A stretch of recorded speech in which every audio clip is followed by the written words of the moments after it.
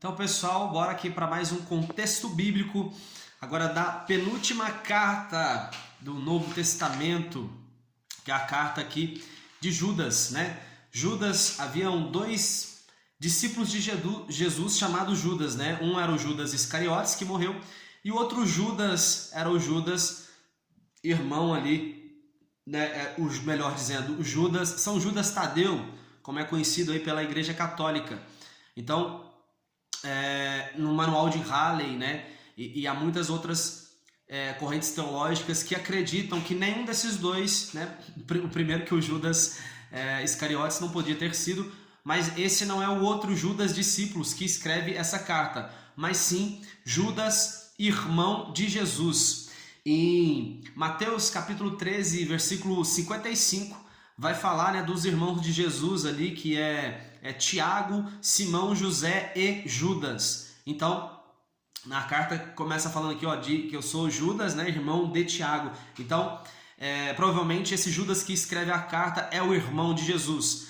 No Novo Testamento nós temos duas cartas atribuídas a dois irmãos de Jesus, que a primeira é Tiago, né, e a segunda é Judas. Todos esses são irmãos de Jesus. Tiago era o irmão mais velho de Jesus, e depois nós temos aqui Judas também, que escreve essa carta e era irmão de Jesus. Certo? Há uma grande semelhança, né, dessa carta de Judas com o segundo a Pedro. Provavelmente essa carta deveria ser endereçada, né, às mesmas igrejas ali da Ásia Menor. E ela foi escrita provavelmente em 67 depois de Cristo. Outro aspecto também, né, dessa carta é que fala da disputa de Miguel, o arcanjo Miguel, com o diabo pelo corpo de Moisés. No livro de Êxodo não há relato, né, dessa disputa, somente que Moisés morreu e não encontrou o corpo dele. Mas agora você vai ver Judas relatando sobre isso. E Orígenes, que é um dos antigos, um pai da igreja, né, um historiador, ele vai falar que provavelmente Judas ele pegou essa passagem, né, que fala sobre essa disputa do corpo de Moisés, de um evangelho apócrifo chamado Ascensão de Moisés. E através daí ele tira, né, essa passagem.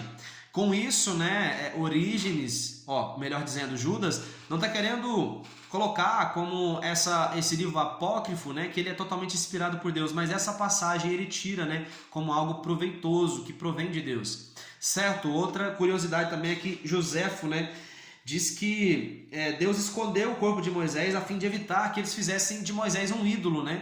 Porque Satanás ia entrar na mente do povo e faria com que o povo colocasse o corpo de Moisés como um símbolo de adoração, certo? Então, por isso, o corpo de Moisés, ele houve essa batalha. Outra coisa curiosa que Judas menciona aqui é que ele vai dizer, né, nessa luta, dizendo assim, olha, que o anjo, né, o arcanjo Miguel, ele não vai dizer assim, olha, sai daqui, Satanás, você não vale nada, né? Não começa a proferir zombarias, não começa a ter diálogo com o diabo. Só diz o seguinte para ele, olha, o Senhor te repreenda, certo? Porque não temos conversas com Satanás, a gente simplesmente deixa ele aos cuidados de Deus, porque Deus vai destruir ele através de um sopro, entende? Então nós não temos que ficar dialogando com Satanás, certo, pessoal?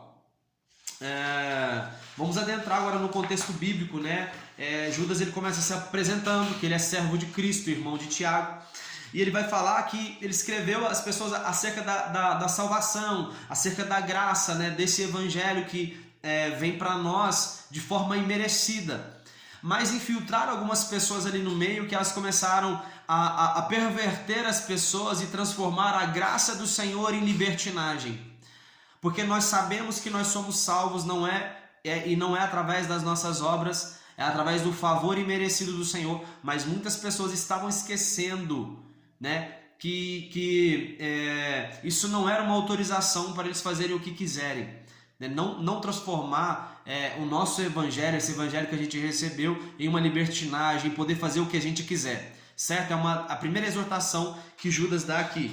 Outra coisa, ele vai falar assim, olha, que Deus puniu pessoas ímpias, né? Ele falou que ele castigou o povo que saiu do Egito, os anjos caídos, julgou Sodoma e Gomorra também, né? As próprias pessoas no tempo de Noé aqui também. Então Deus também é juízo. ele fala sobre isso. Deus, ele também é juízo e isso é inegável. Ponto. Depois ele fala sobre essa batalha pelo corpo, né, de Moisés, né, essa história que a gente já falou aqui, né, dessa disputa. E outra coisa, ele vai falar também que existem pessoas, né, que elas se corromperam tanto e elas fizeram conforme Caim, Balaão, Corá. Falam desses homens que se corromperam, né?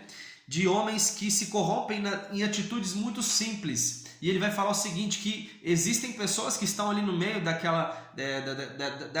desse povo, né? Que provavelmente Judas pregou ali para o povo da Ásia Menor. Que havia no meio do povo deles pessoas que eles apacentavam, pastores que apacentavam a si mesmo, né? Pastores que não tinham alguém por trás dele, ninguém ordenou eles a pastores. Eu me intitulei pastor, basicamente era isso, entende? Não se submetia a ninguém. Outra coisa, desses tais, ele vai dizer coisas muito fortes mesmo, vai dizer, olha, eles são como árvores, né, árvores sem frutos, homens ímpios, transformam a graça do nosso Senhor em libertinagem, negam a Jesus Cristo.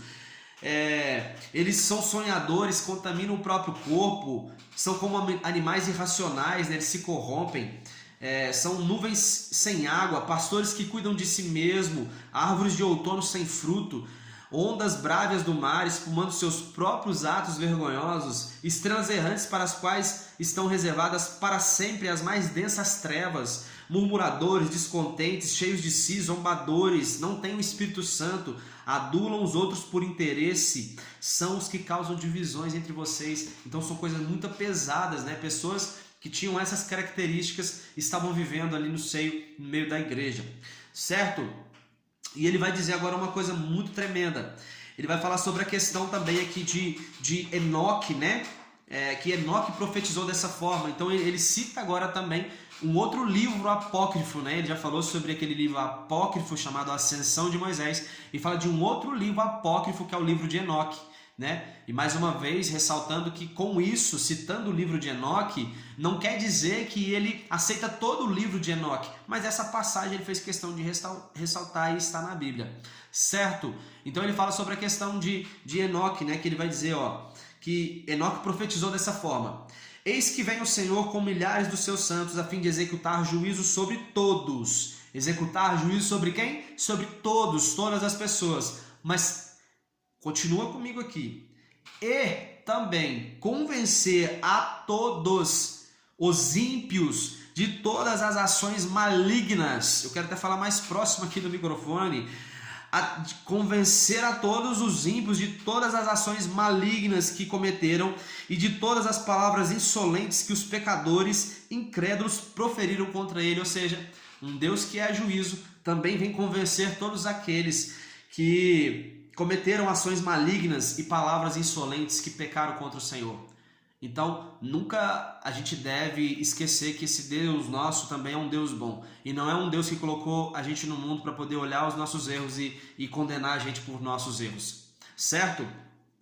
Nos últimos tempos, haverá zombadores que seguirão suas próprias vontades, né? Esses são os que provocam divisões, são dominados pelas suas próprias paixões, mas porém nós somos guiados pelo Espírito Santo. E ele vai finalizar dizendo, olha, aquele que é poderoso para vos impedir de cair e para vos apresentar sem mácula e com grande júbilo perante sua glória. Nós temos um Deus que ele é poderoso para poder nos apresentar sem mácula diante do Senhor. Certo, pessoal? Então ele vai dizer, olha, ao único Deus sejam glória e majestade e poder por intermédio de Jesus Cristo. Então Judas, o irmão de Jesus, sabia que a salvação ela vem através de Jesus Cristo. É tudo através dele. Certo, pessoal? Então assim a gente termina, né, essa carta belíssima aqui de Judas, né? E a gente já tá chegando no final, cara, né? Coisa boa, né?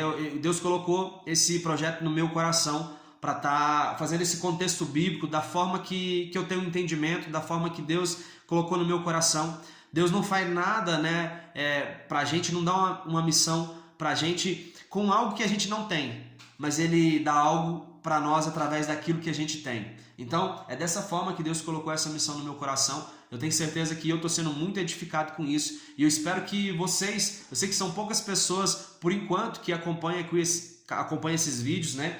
E eu sei que é uma forma às vezes muito maçante, né? Muito conteúdo, mas que Deus possa abençoar você que assiste esses vídeos e que o Espírito Santo possa encher sua casa, sua vida com a presença dele, que você se torne muito grande, que Deus traga a melhor versão sua aqui para a terra, que tire um novo homem e uma nova mulher de dentro de você, que você nunca viu pisando aqui nessa terra. Certo, pessoal? Fiquem com Deus, tamo junto e aguardo vocês para a gente fazer o último contexto bíblico de Apocalipse. Valeu, fiquem com Deus, um abraço.